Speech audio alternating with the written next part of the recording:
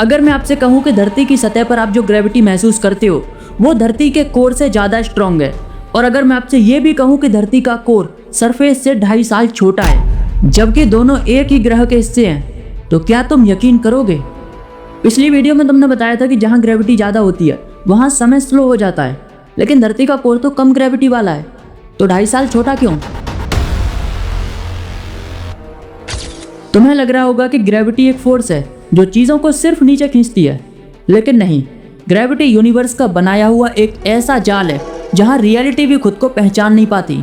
जहाँ तुम खड़े हो वहाँ का समय घड़ी कैसे चलती है, ग्रेविटी तय करती है।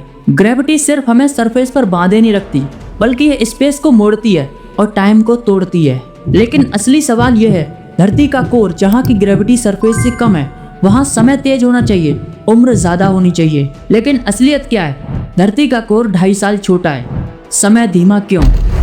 अब यहाँ पर थोड़ा दिमाग हिल जाएगा, ध्यान से सुनना। समय ग्रेविटी की वजह से स्लो या फास्ट नहीं होता। समय प्रभावित होता है ग्रेविटेशनल पोटेंशियल से, यानी तुम द्रव्यमान के कितने करीब हो।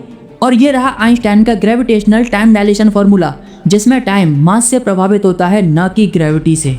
और धरती का कोर सरफेस से 4 गुना ज़्यादा डेंस है, और यही डेंसिटी स्पेस टाइम को इतना मोड़ देती है कि भले ही ग्रेविटी कम हो, समय धीमा हो जाता है। यानी मास जितना ज़्यादा डेंस होगा, समय उतना ही स्लो हो जाएगा। और जब हम धरती के कोर के अंदर जाते हैं तो सरफेस की ग्रेविटी हमें बाहर की ओर खींचती है। मास हमारे चारों तरफ होता है, जो कोर की ग्रेविटी को कमज़ोर कर रहा होता है। और ये एक्सपेरिमेंट जो आप ऊपर देख रहे हैं, ये पॉसिबल तो नहीं है, लेकिन थियोरेटिकली प्रूव्ड है कि कोर की ग्रेविटी कम होती है सरफेस से।